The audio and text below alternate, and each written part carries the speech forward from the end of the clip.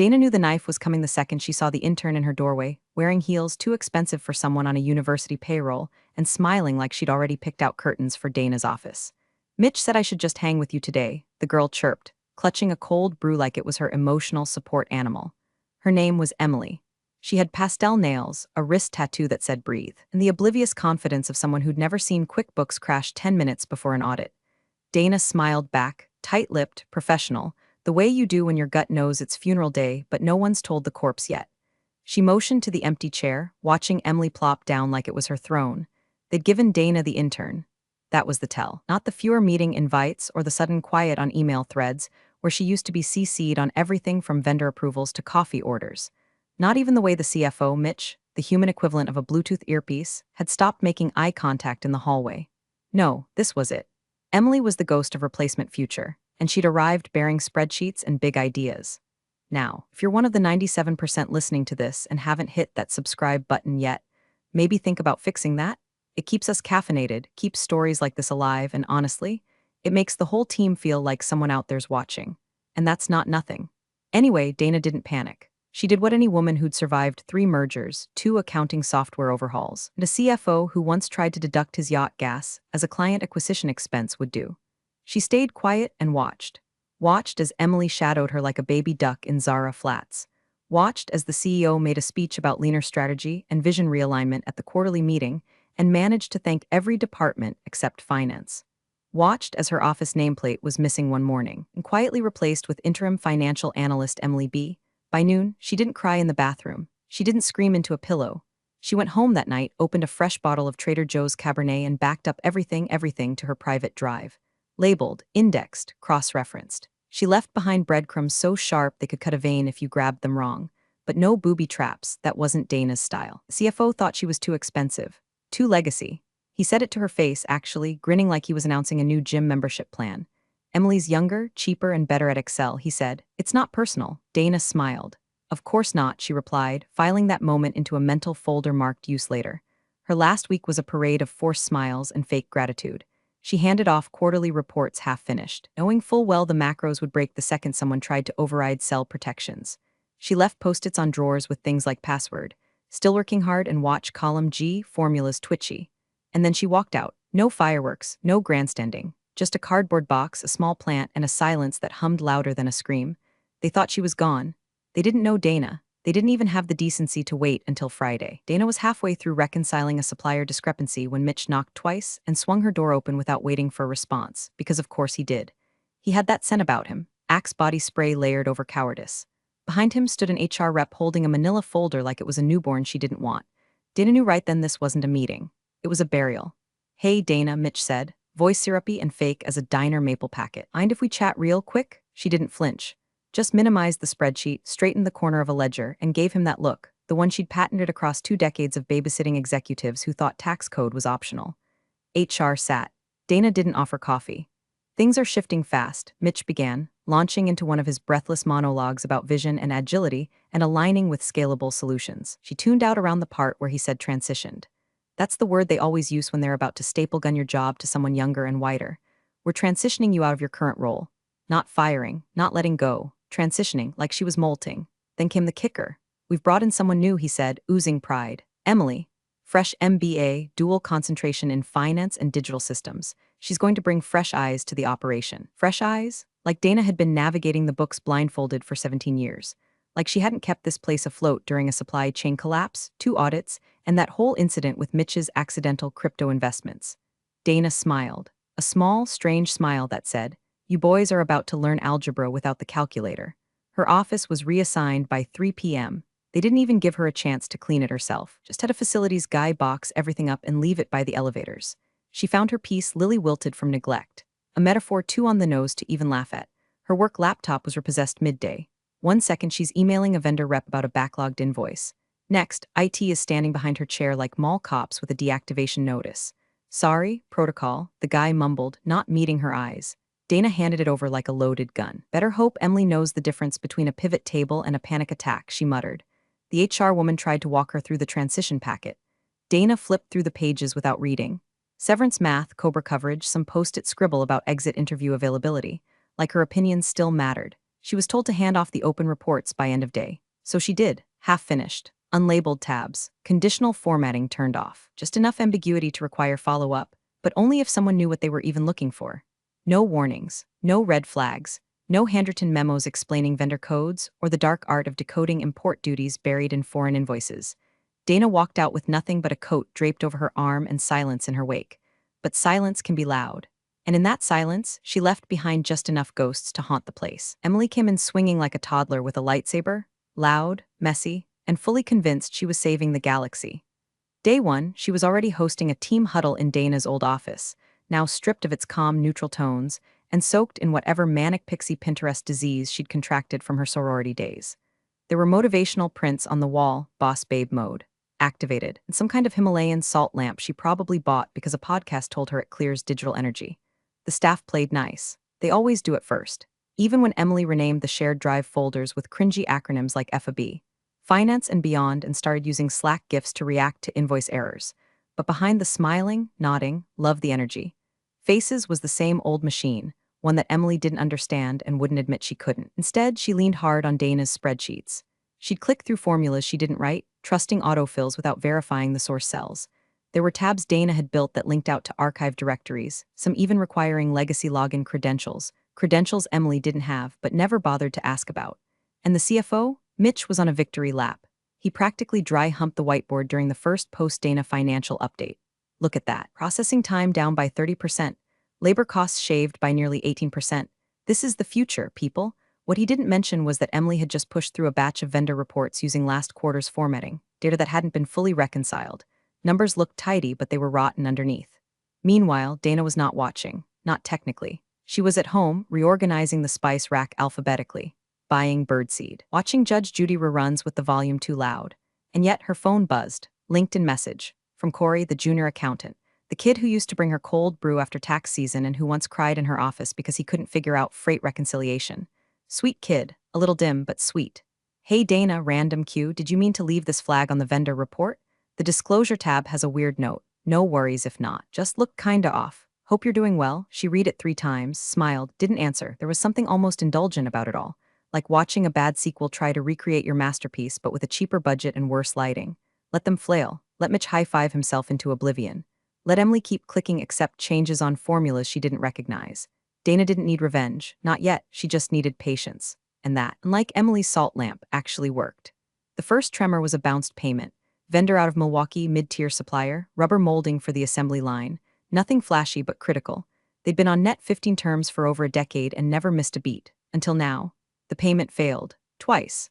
Emily blamed accounts payable, said something about clerical misfires and back-end errors like she was casting spells instead of doing actual math. She CC'd half the office and ended with a chirpy, "Let's stay proactive, team." AP panicked. Corey, the junior accountant, got called into a Zoom with Mitch where he was grilled like a Costco hot dog.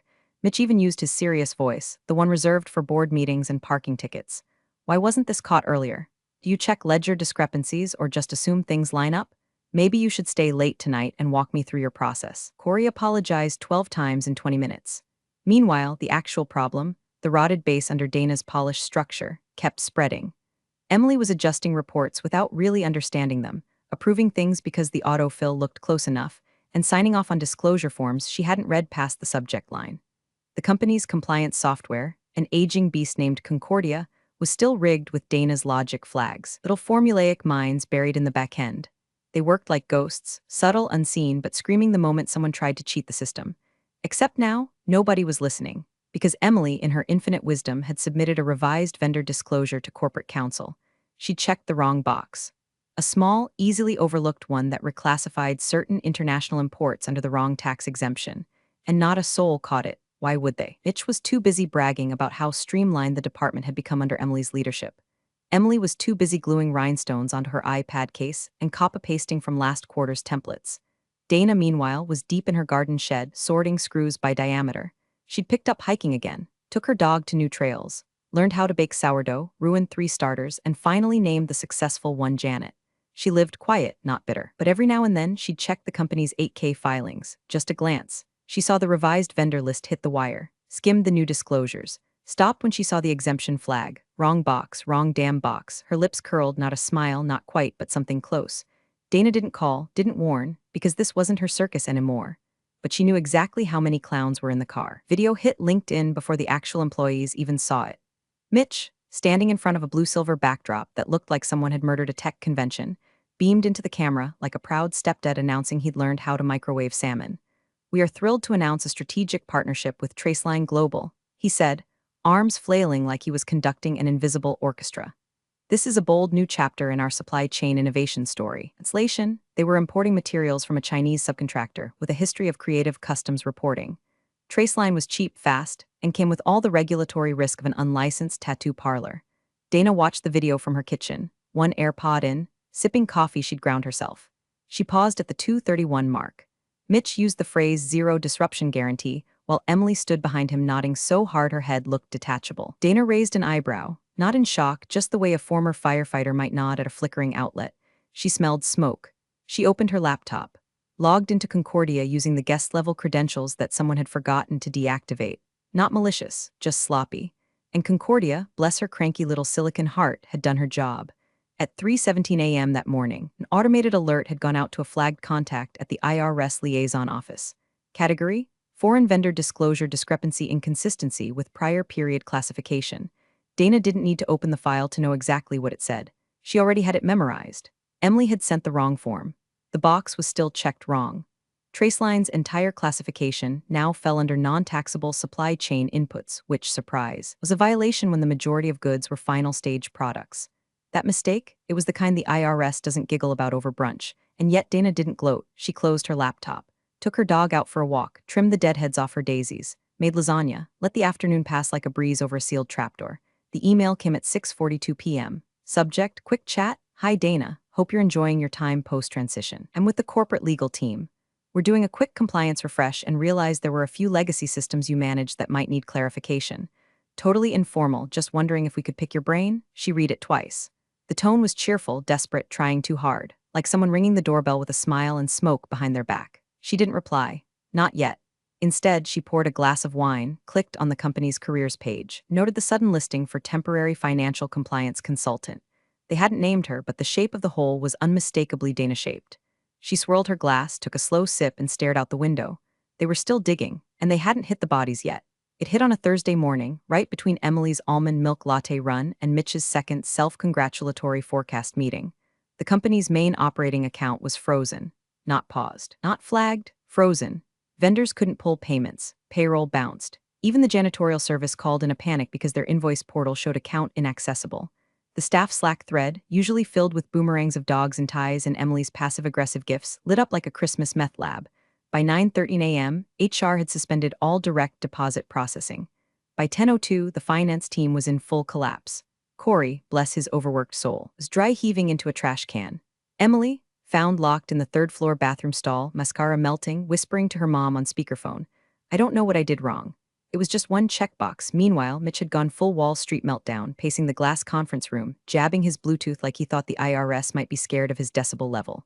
"You need to unfuck this right now, Shelley. We're talking millions." Millions stuck. "I can't pay the damn snack vendor. We have a trail mix emergency, Shelley." And then came the meeting with the CEO. Poor bastard. He walked into the war room looking like a man who'd just been told his Tesla was keyed by God. "Who the hell is Emily B?" he asked, flipping through a compliance binder someone had panic printed that morning. "Why is she approving Form 10-77D? Doesn't that require a second sign-off?" Mitch blinked. "She's, our controller." "No, Dana is the controller," the CEO said flatly, "or she was. She built this entire system. Who authorized the switch?" Mitch stammered something about modernization and synergizing growth touchpoints. The CEO didn't respond, just looked out the window like he was fantasizing about jumping through it. Meanwhile, several states away, Dana was folding laundry. The second email came through. This one didn't dance around the issue.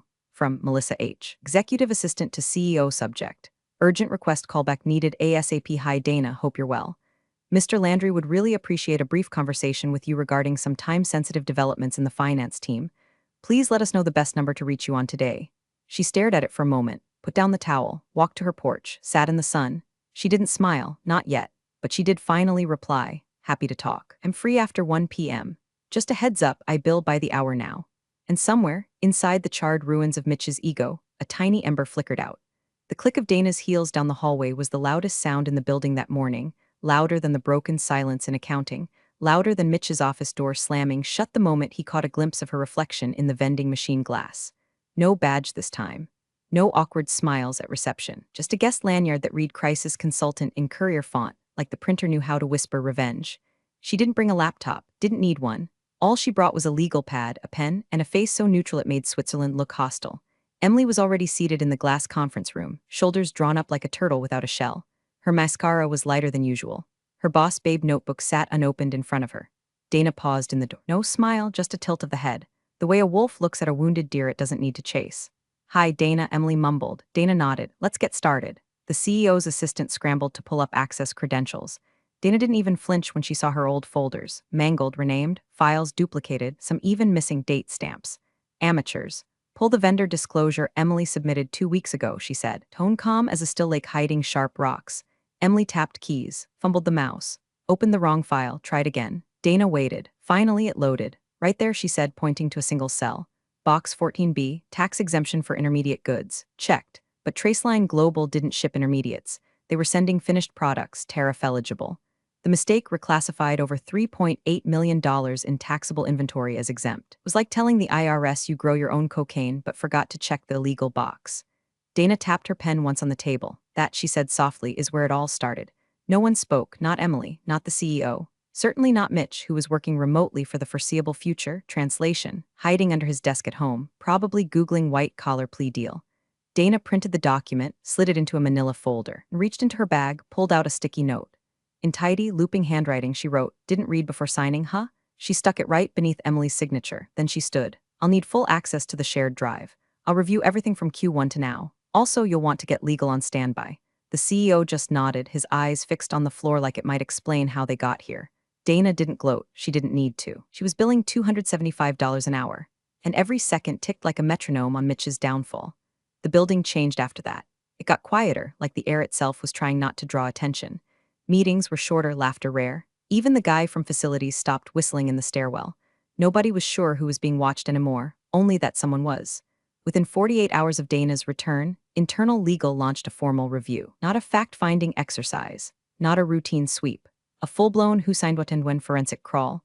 2 days after that, external auditors arrived. Not the usual polite ones from the Midwest who ate whatever donuts were in the break room and asked for access like they were borrowing a lawnmower.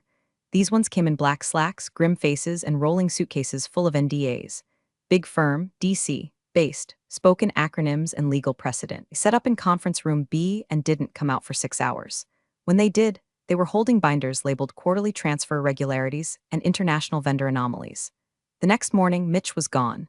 Official email said administrative leave. Word around the break room was he'd tried to explain the error chain to the auditors and got chewed up like an unpaid intern in a boiler room. Apparently, he'd blamed Emily, blamed AP, and even, in a final desperate move, tried to suggest Dana's old system was outdated. That went over about as well as a fart at a baptism. Emily, she got time off to regroup, which is HR's soft little euphemism for go home and cry into your degree while we figure out how to fire you without triggering a discrimination lawsuit. She cleared her desk on a Thursday, left behind a reusable water bottle with CEO in training in sparkly script and an unopened copy of Lean In. No one said goodbye. As for Dana, she didn't rub salt, didn't strut, just kept showing up 3 days a week, laptop now issued by legal, access credentials upgraded to full admin. She reviewed over 1,400 documents in 6 days, found 4 more compliance gaps, 3 billing anomalies, and 1 offshore vendor using a shell company address listed as Suite 2C, Coconut Alley. The CEO sent out an all-staff email with the subject line, turning the page together. Buried 4 paragraphs down, it read, "We'd like to extend our gratitude to Dana K., whose institutional knowledge and professionalism have been invaluable during this transitional period." No apology, no flowers, but Dana didn't need either. She printed the email, slipped it into a folder, filed it next to her severance agreement. That night she made soup, opened the windows, let the breeze in, no gloating, just that strange, hard-earned kind of peace that smells like tomato, basil, and quiet victory. The kind you only get after watching the machine that spit you out choke on its own bolts. The check came in a nondescript white envelope. No logo, no letter. Just her name typed out in sterile black ink and a number that made Dana blink twice before folding it neatly into her wallet. Back bay for her unused PTO. Every last dime of her consulting hours, logged with the precision of a tax attorney. And a 6-month retainer labeled ongoing systems support, which was corporate speak for please don't let us die while the feds crawl through our colon. She didn't celebrate. She didn't even tell anyone. Instead, she took a walk. Spring had finally kicked winter's teeth in, and Ohio actually smelled like grass again. The kind of day when even the birds seemed smug. She passed the old building, her building once, just as a new audit team was rolling in, binders stacked high like funeral flowers. They looked fresh, optimistic, still believed in systems, still thought facts could speak for themselves. She paused at the crosswalk, watched them badge in one by one. The CFO, still under federal review, according to a hushed LinkedIn whisper from Corey. His profile photo hadn't changed in weeks. No gym selfies, no think piece reposts, just a man digitally vanishing by the hour. Emily, retail accounting, somewhere in Kentucky. Word was she got hired part-time to reconcile till drawers at a grocery chain that still used dot matrix printers. A step down so steep it could have snapped her ankles. Dana didn't laugh. She just adjusted her sunglasses, walked another block, and turned into the FedEx on 4th. The clerk barely looked up as she handed over a small padded envelope, pre-addressed. Recipient, a former coworker, one of the good ones, someone who'd stayed quiet but loyal, and once slipped a note into Dana's purse that said you didn't deserve this. Inside the envelope, a single thumb drive. Label, Legacy Controls V2.0, everything she'd ever built. Every buried tripwire. Every correction, backup, and trigger protocol no one else had ever bothered to learn. Not a threat, a gift. Let the good ones rebuild. She stepped outside into the sun, tipped her face toward it like a sunflower in no rush. A breeze caught her coat just as she turned back for one last glance at the glass-paneled building she used to call hell. And in a voice so quiet it almost didn't matter, Dana whispered, "Younger, cheaper, maybe. Better at Excel." Not even close. Then she walked away and didn't look back. Sometimes justice doesn't come from shouting, it comes from knowing exactly which string to pull and waiting until the silence becomes unbearable. There's something powerful about weaponizing your absence, especially when the system thought it could run without you. This story is a masterclass in letting people hang themselves with the rope they proudly cut from your desk. You're the real MVPs of the office jungle. Thanks for watching. Smash that subscribe button, or the coffee pot might just forget your next brew.